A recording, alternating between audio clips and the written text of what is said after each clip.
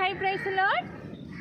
പഴയ നിയമഭക്തനായ ധീര പടയാളിയായ യോശുവയുടെ കൂടെ ഇനിയുള്ള ദിവസം നമുക്കൊന്ന് യാത്ര ചെയ്യാം.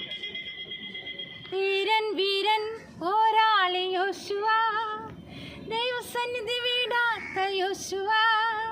ധീരൻ വീരൻ പോരാളി യോശുവ, ദൈവസന്നിധി വിടാത്ത യോശുവ. എഫ്രൈം ഗോത്രത്തലവൻ യോശുവ, നൂന്റെ മകൻ ഹോശയ തന്നെ യോശുവ. എഫ്രൈം ഗോത്രത്തലവൻ യോശുവ, നൂന്റെ മകൻ ഹോശയ തന്നെ യോശുവ. ധീരൻ വീരൻ പോരാളി യോശുവ. ദൈവത്തിൻ പർവ്വതത്തിൽ മോശെ 40 രാപ്പകൽ പാർത്തു. ദൈവത്തിൻ പർവ്വതത്തിൽ മോശെ 40 രാപ്പകൽ പാർത്തു. കാവലായ യോശുവ രാപ്പകൽ പാർത്തതോ ഇസ്രായേലിനും മോശയ്ക്കും ഇടയിലത്രേ. കാവലായ യോശുവ രാപ്പകൽ പാർത്തതോ ഇസ്രായേലിനും മോശയ്ക്കും ഇടയിലത്രേ. ധീരൻ വീരൻ പോരാളി യോശുവ. കനാൻ ദേശം ഉറ്റുനോക്കാൻ പോയി, നല്ല വാർത്തയും ഫലവുമായി എത്തി. കനാൻ ദേശം ഉറ്റുനോക്കുവാൻ പോയി, നല്ല വാർത്തയും ഫലവുമായി എത്തി. പിന്മാറ്റക്കാർ കല്ലുമായി എറിയുവാനെടുത്തപ്പോൾ മോശയ്ക്കു തുണയായി ഓടിയെത്തി. പിന്മാറ്റക്കാർ കല്ലുമായി എറിയുവാനെടുത്തപ്പോൾ മോശയ്ക്കു തുണയായി ഓടിയെത്തി. ധീരൻ വീരൻ പോരാളി യോശുവ, ദൈവസന്നിധി വിടാത്ത യോശുവ.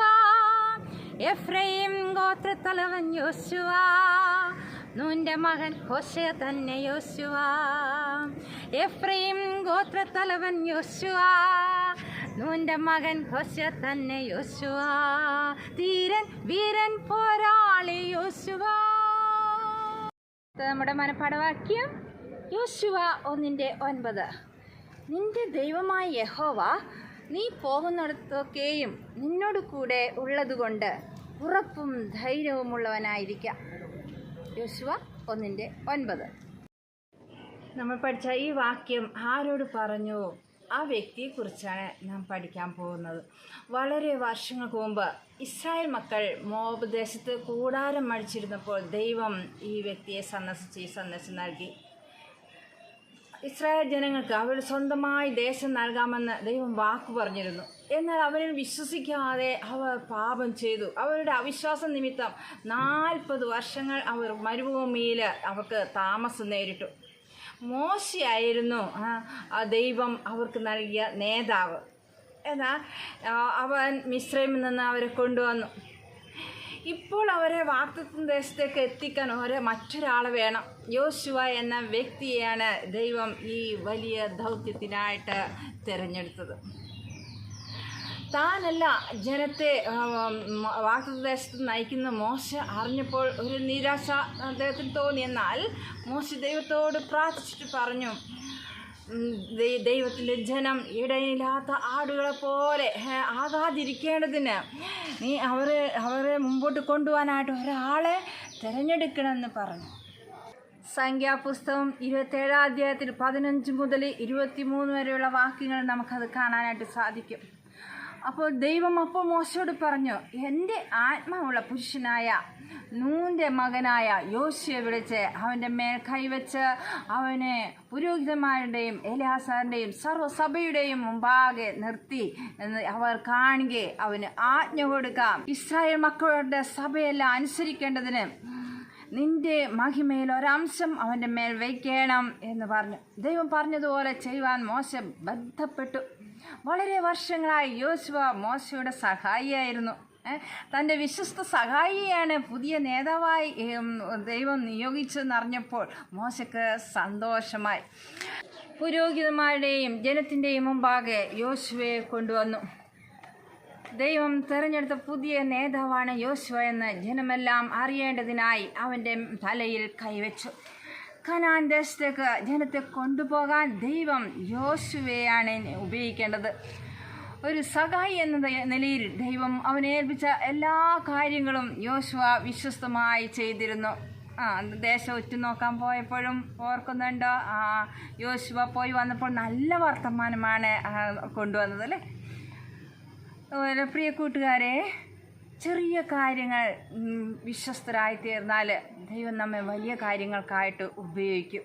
ദൈവത്തിന് വേണ്ടി എന്തെങ്കിലും വലിയ കാര്യങ്ങൾ ചെയ്യുവാൻ ആഗ്രഹിക്കുന്നെങ്കിൽ ഓരോ ദിവസവും ദൈവത്തിന് വേണ്ടി ചെയ്യാവുന്ന ചെറിയ കാര്യങ്ങൾ വിശ്വസ്തമായി ചെയ്യുവാനായിട്ട് ആരംഭിക്കുക. അവൻ തൻ്റെ സമയത്ത് നിങ്ങൾ വലിയ കാര്യങ്ങൾ ഏൽപ്പിക്കുക തന്നെ ചെയ്യും. എന്തൊരു വലിയ ചുമതലയായിരുന്നു യോശുവയ്ക്ക് ചെയ്യാനുള്ളത് അല്ലേ. അതിനുള്ള ശക്തി നൽകാൻ ദൈവത്തിന് മാത്രമേ കഴിയൂ. അതെ, 20 ലക്ഷം പേരുടെ കാര്യം നോക്കണം. അവർക്ക് വെള്ളം വേണം, ആഹാരം വേണം, താമസ സൗകര്യം വേണം, ശത്രുക്കളെ കീഴടക്കാൻ സൈന്യം റെഡിയായിരിക്കണം അല്ലേ. മാത്രമല്ല വലിയൊരു നദി കിടക്കാനുണ്ട്, പാലവുമില്ലായിരുന്നു, വെള്ളവും ബോട്ടും ഒന്നും അന്നില്ല. പുതിയ ദേശത്തേക്കുള്ള യാത്ര, ആളുകൾ വളരെ അവിടെ ആ ദേശത്ത് ദുഷ്ടന്മാരായിരുന്നു നമ്മൾ കാണുന്നു അല്ലേ. അപ്പോൾ ദൈവത്തിൽ പൂർണ്ണ ഹൃദയത്തോടെ വിശ്വസിച്ച ഒരാൾക്ക് മാത്രമേ ആ ജനത്തെ ഇനി നയിക്കാനായിട്ട് കഴിയൂ. അതുകൊണ്ടാണ് മോശെ യോശുവോട് പറഞ്ഞത്, നീ ബലവും ധൈര്യവുമുള്ളവനായിരിക്കാം. യഹോവ ഈ ജനത്തിന് കൊടുക്കുമെന്ന് അവരുടെ പിതാക്കന്മാരോട് സത്യം ചെയ്ത ദേശത്തേക്ക് നീ കൊണ്ടുപോയി അവരോട് കൂടെ നീ ചെല്ലും. ഞാൻ നിന്നോട് കൂടിയിരിക്കും, കൈവിടുകയില്ല, ഉപേക്ഷിക്കുകയില്ല.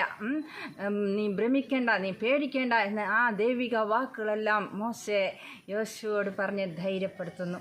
ആത്മാവിനാൽ നിറഞ്ഞവനായിരുന്നു എന്ന് നമുക്ക് കാണാനായിട്ട് സാധിക്കും. പരിശുദ്ധാത്മാവിൻ്റെ ആ ഗൈഡൻസും ശക്തിയും കൃപയും ബുദ്ധിയും ഒക്കെ അവന് മുമ്പോട്ടുള്ള കാര്യങ്ങൾ നയിച്ചിരുന്നു.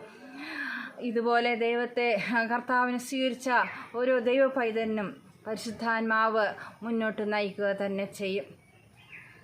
വൻകാര്യങ്ങളെ സാധിച്ചെടുക്കാൻ ദൈവം കൃപ നൽകും. കർത്താവിന് സ്തോത്രം. ധീരൻ വീരൻ പോരാളി യോശുവ, ദൈവസന്നിധി വിടാത്ത യോശുവ, എഫ്രൈം ഗോത്രത്തലവൻ യോശുവ, നൂന്റെ മകൻ ഹോശയ തന്നെ യോശുവ, ധീരൻ വീരൻ പോരാളി യോശുവ. God bless you.